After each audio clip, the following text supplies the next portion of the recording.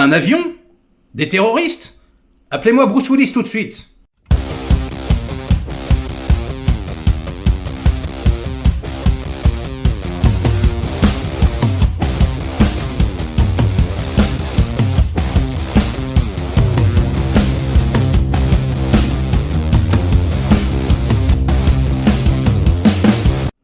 Salut les cinéphages, c'est Merege, et aujourd'hui, du bon gros cinéma de bourrin qui vient pomper encore une fois Die Hard, qui est Piège de cristal, et qui est le meilleur film de toute l'histoire de l'humanité. Ça s'appelle Mayday, avec dans les rôles principaux notre Gérard préféré, et non, il ne s'agit pas de Gérard Depardieu, mais bel et bien de Gérard Butler, le plus écossais de tous les acteurs anglais, et également Mike Colter, l'homme qui jouait dans Luke Cage.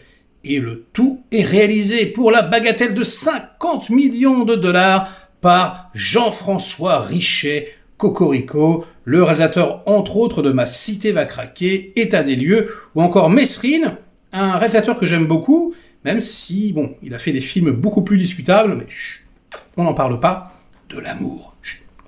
On n'a rien dit, on n'a rien entendu. Bon, un Die Hard-like, donc, comme dans les années 90, début 2000, ils nous ont tout fait. Die Hard dans une cabine téléphonique, Die Hard dans une poubelle, Die Hard dans le métro, Die Hard dans un bus, Die Hard dans un avion, Die Hard dans un bateau.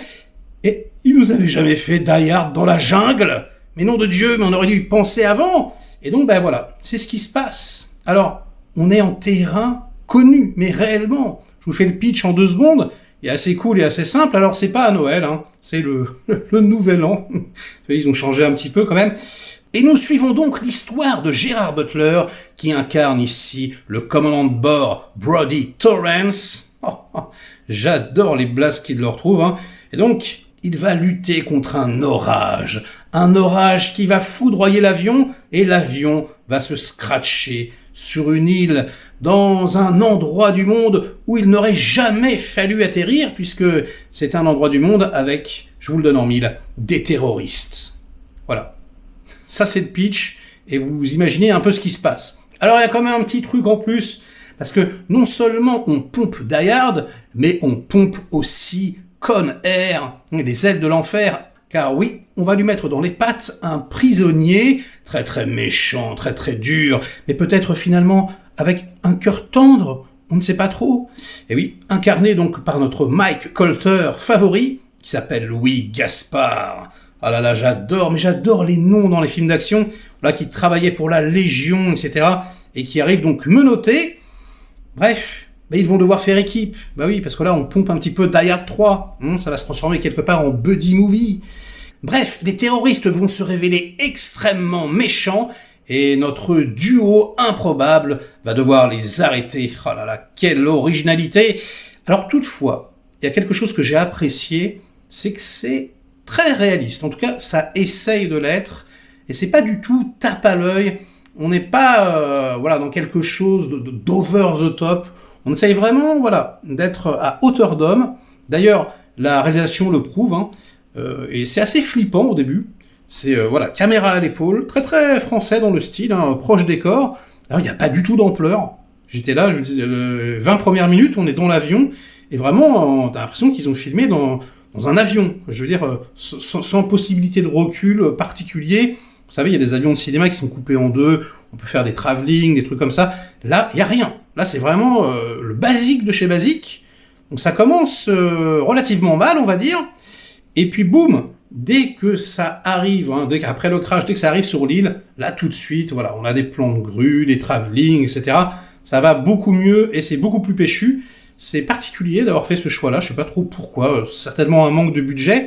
Enfin bref, ça commence quand même avec une gueule de direct to DVD assez flippante, et puis ça va gagner en énergie, en ampleur au fur et à mesure. Surtout que le film est particulièrement croustillant, salé, violent. C'est assez rare dans ce genre de film. Là, quand ça tue, ça tue. Quand ça prend des machettes, ça prend des machettes. Enfin, je veux dire, c'est pas du tout édulcoré à ce niveau-là. Et il y a même, j'ai envie de vous dire, et sans trop spoiler, une grosse séquence, un gros gunfight avec un énorme flingue. Alors, je sais pas exactement ce que c'est, mais qui tire des ogives mais qui explose les mecs. Mais ils partent en charpie, vous voyez, un petit peu à la Rambo 4. Et waouh, j'étais là, j'ai fait, ah ouais, putain, ça c'est quand même cool. Donc à ce niveau-là, c'est super satisfaisant. Un autre truc qui est pas mal également, c'est Gerard Butler.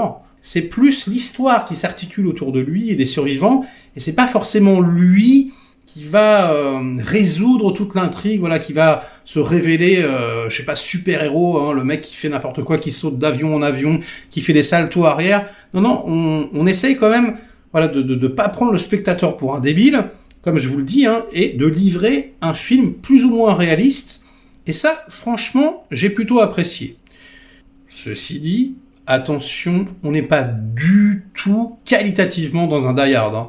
Même, voilà, 58 minutes pour vivre, parce que c'est celui où il y a des avions, ça commence, voilà. En plus, c'est en studio, on a vraiment une machinerie incroyable, une photographie magnifique. Enfin, je veux dire, là, c'est pas du tout le même calibre. Là, on est dans une série B, quelque part. Une grosse série B, donc demi-blockbuster, mais c'est pas du tout un classe A, hein.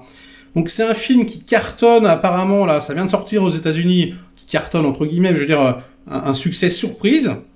On verra bien ce qu'il fait en France. Et moi, je suis assez friand de ce genre de choses, parce que j'adore les films d'action années 90. Donc franchement, si vous êtes comme moi, je vous le recommande.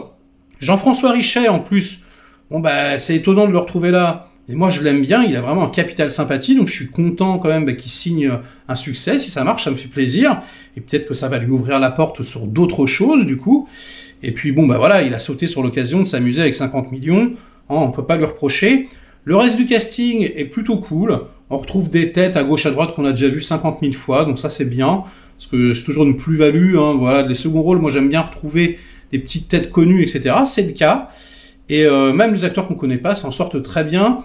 Les terroristes, ils sont assez menaçants, assez flippants, bien vénères, etc. Toutes les scènes d'action sont plutôt bien troussées. Et comme je vous dis, hein, c'est quand même relativement basique. Vous attendez pas à quelque chose de stylisé à la John Woo ou à la Johnito, hein, c'est pas du tout ça. Les effets spéciaux, hein, crash d'avion, etc. sont corrects, ça va. C'est pas la folie. On n'est pas non plus en train de faire qu'est-ce que c'est que cette merde comme dans les directs ou DVD de base. Donc c'est plutôt plutôt correct. Et le travail sur le son également est assez bien fait. Enfin vraiment, voilà, je l'ai vu dans une très très grande salle à Châtelet. Et c'est vrai qu'on s'en est pris plein les oreilles. Et la musique également, qui est fonctionnelle parfois. Bah pourtant, au bout d'un moment, on s'y fait. Il y a un petit thème qui se dégage, qui est pas dégueulasse. Donc franchement, je vous recommande ce film. Si en tout cas vous êtes friand de ce genre de truc, si comme moi vous adorez Gérard, notre Gérard préféré, là vous allez kiffer, hein, franchement, il est très bon, il est toujours impliqué, c'est un peu comme, vous savez, Nicolas Cage, quoi. Attention, c'est pas le même genre d'acteur, mais je veux dire, Nick Cage, tu peux prendre n'importe lequel de ses films le plus pourri, dedans il sera toujours impliqué. Et ben Gérard c'est pareil, Gérard il y croit quoi qu'il se passe, il donne de sa personne, et ça fait plaisir. Et sur ces bonnes paroles, eh bien, ce sera la fin de cette petite critique, ce petit avis à chaud. Likez la vidéo si elle vous a diverti un minimum. Délikez-la sinon. Inondez-moi de commentaires comme d'habitude pour faire marcher le petit robot YouTube. Et nous, on se retrouve très vite pour de prochaines aventures. Ciao!